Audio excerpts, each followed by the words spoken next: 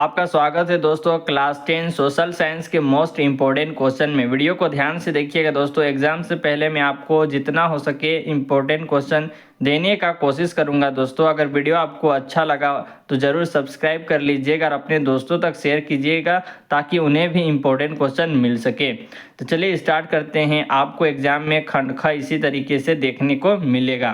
पहला क्वेश्चन देखेंगे दोस्तों, 31 नंबर का क्वेश्चन है। ध्यान से देखेंगे, आपको 6 क्वेश्चन पूछे जाएंगे 2 नंबर के। तो ये 2 नंबर के क्वेश्चन है। मैं आपको 5 नंबर के क्वेश्चन तक बतलाऊंगा। इसी पैटर्न में आपका एग्जाम होगा। पर 31 नंबर का क्वेश्चन देखेंगे, यंग इटली क्या था, इसकी स्थापना किसने की? तो इसका आंसर देखेंगे, यंग इटली एक गुप्त क्रांतिकारी संगठन था। इसकी स्थापना 1830 ईस्वी के दशक में जिउसेपी मैत्सनी ने एकीकृत इटली के विचारों को प्रसारित करने के लिए की थी। इसका सही आंसर हो जाएगा दोस्तों। 32 नंबर देखेंगे, दांडी यात्रा का क्या महत्व है? Most important. दांडी यात्रा 1930 ईस्वी द्वारा सविनय अवज्ञा आंदोलन को शुरू किया गया। इसका आंसर है दोस्तों। 33 नंबर देखेंगे, लौह खनिज क्या है, उदाहरण देकर समझाएं। Most important.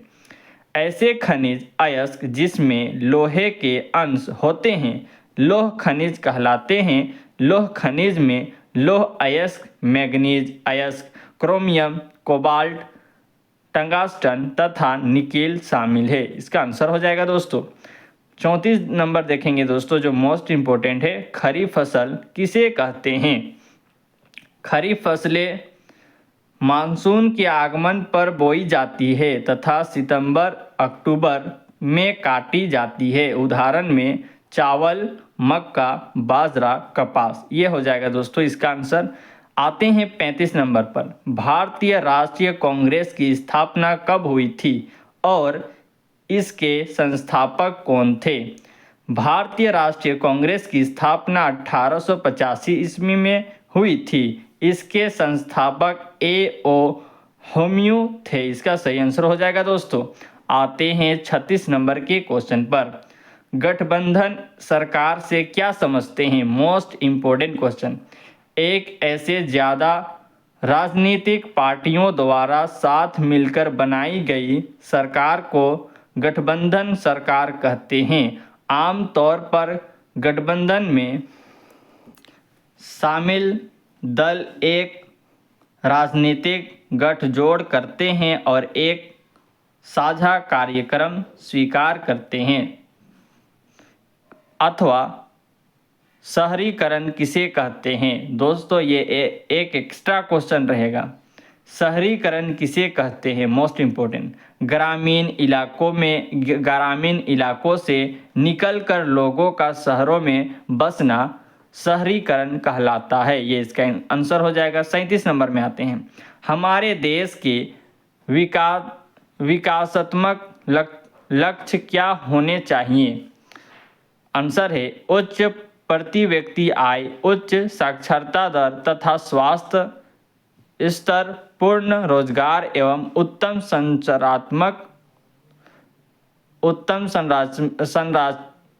संरचनात्मक सुविधाएं। 38 नंबर देखेंगे दोस्तों, विश्व व्यापार संगठन क्या है और यह कब और क्यों स्थापित किया गया? ध्यान से देखेंगे दोस्तों, ये इंपॉर्टेंट क्वेश्चन है। विश्व व्यापार संगठन एक अंतर्राष्ट्रीय संगठन है जो सदस्य राष्ट्रों के बीच व्यापार संबंधी नियमों को संचालित करता है। इसकी स्थापना 1 जनवरी 1995 ईस्वी में की गई। इसका मुख्यालय जेनेवा में है। इसका आंसर हो जाएगा दोस्तों। आते हैं खंड ग में, जिसमें दोस्तों आपको 6 क्वेश्चन पूछे जाएंगे 3 नंबर के। ध्यान से देखिएगा दोस्तों। 39 नंबर का क्वेश्चन है, मारी आन और जर्मेनिया कौन थे? जिस तरह उन्हें चित्रित किया गया उसका क्या महत्व था? मोस्ट इम्पोर्टेंट क्वेश्चन है दोस्तों। फ्रांस की क्रांति के दिनों में कलाकारों ने नारी रूपकों का प्रयोग अमृत विचारों, स्वतंत्रता, मुक्ति, ईर्ष्या, लालच आदि को प्रकट करने के लिए किया। कुछ कलाकारों ने इस महिला रूपकों का प्रयोग एकता के राष्ट्रीय प्रतीक के रूप में किया।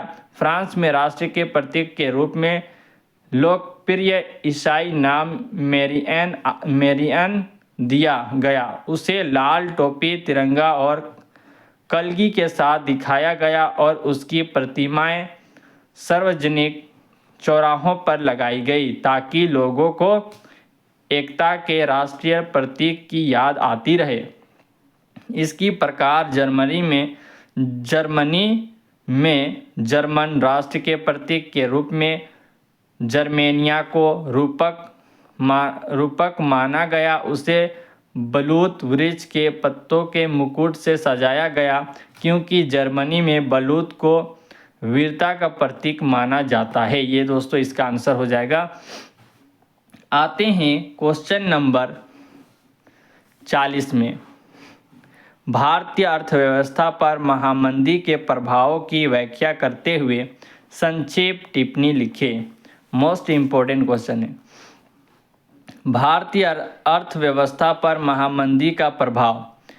इस महामंदी 1929 से 1934 के काल में भारत के आयात और निर्यात व्यापार में कई 50% की कमी आ गई। ख नंबर, इस महामंदी का बंगाल के पटसन पैदा करने वाले लोगों पर विशेष रूप से बड़ा विनाशकारी प्रभाव पड़ा। पटसन के मूल्यों में कई 60% गिरावट आ गई जिससे बंगाल के पटसन उत्पादक बर्बाद हो गए और वे कर्ज के बोझ तले दब गए। ग नंबर देखेंगे, छोटे छोटे किसान भी इस बर्बादी से ना बच सके। उनकी आर्थिक दशा खराब होती जा रही थी। सरकार ने उनके भूमि कर तथा अन्य करों में कोई कमी ना की। ये दोस्तों यहाँ तक। ये घ नंबर देखेंगे, 1930 में शुरू होने वाले सिविल अवज्ञा आंदोलन इस आर्थिक मंदी का सीधा परिणाम था क्योंकि ग्रामीण क्षेत्र अशांति का क्षेत्र बन चुके थे। ये दोस्तों इसका आंसर है। ये अथवा एक और क्वेश्चन है, एक तो ऊपर वाला बना सकते हैं या फिर आप इसे बना सकते हैं। इस तरीके से क्वेश्चन एग्जाम में भी रहेगा तो आप अथवा करके रहेगा तो समझ जाइएगा दोनों में से किसी एक को बनाना है। संक्षेप में बताएं कि दो महायुद्धों के बीच जो आर्थिक परिस्थितियां पैदा हुई उनसे अर्थशास्त्रियों और राजनेताओं ने क्या सबक सीखा। मोस्ट इम्पोर्टेंट है। अंतर्युद्ध के आर्थिक अनुभव बहुत खराब थे। अधिकतर देश बर्बाद हो गए थे और बहुत से शहर नष्ट हो गए थे। अर्थशास्त्रियों और राजनेताओं ने सबक सीखा कि उन्हें औद्योगिक देशों की आर्थिक स्थिरता को सुनिश्चित करना होगा।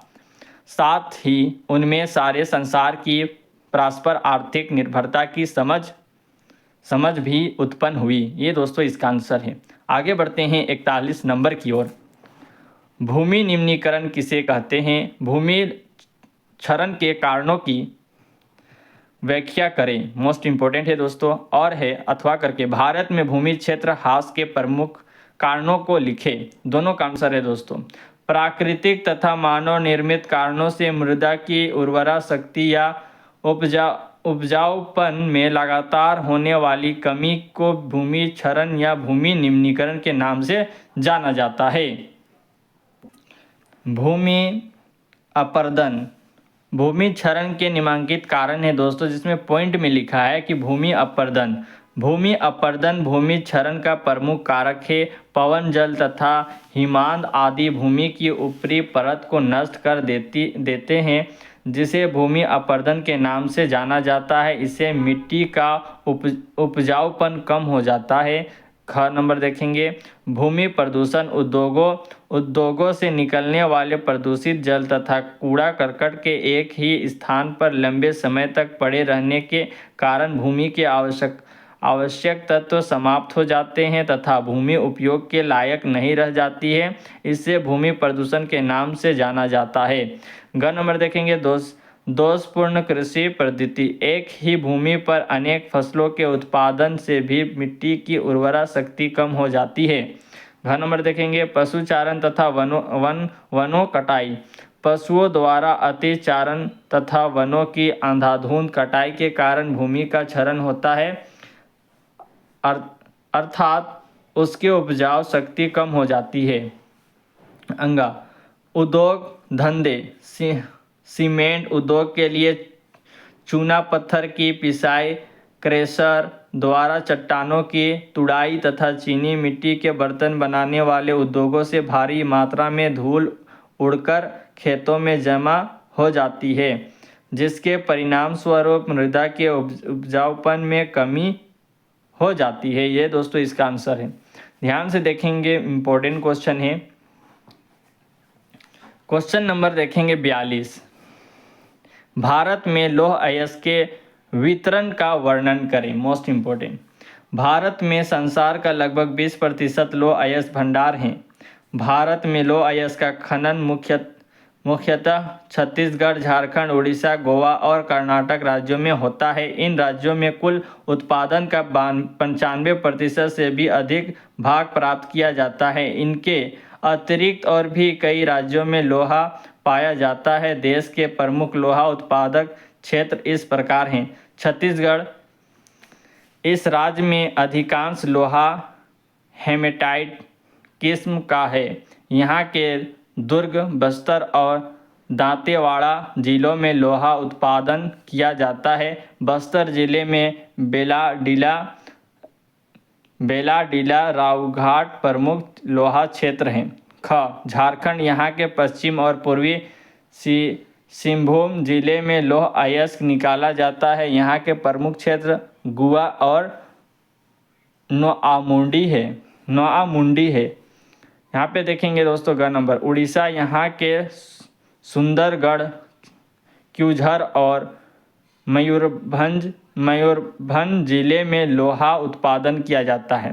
घ नंबर कर्नाटक, इस राज्य के चिकमंगलुरु जिले के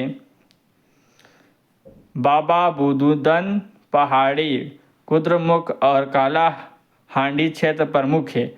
बेल्लारी, चित्रदुर्ग, शिमोगा और तुमकुर जिलों से भी लोहा प्राप्त किया जाता है।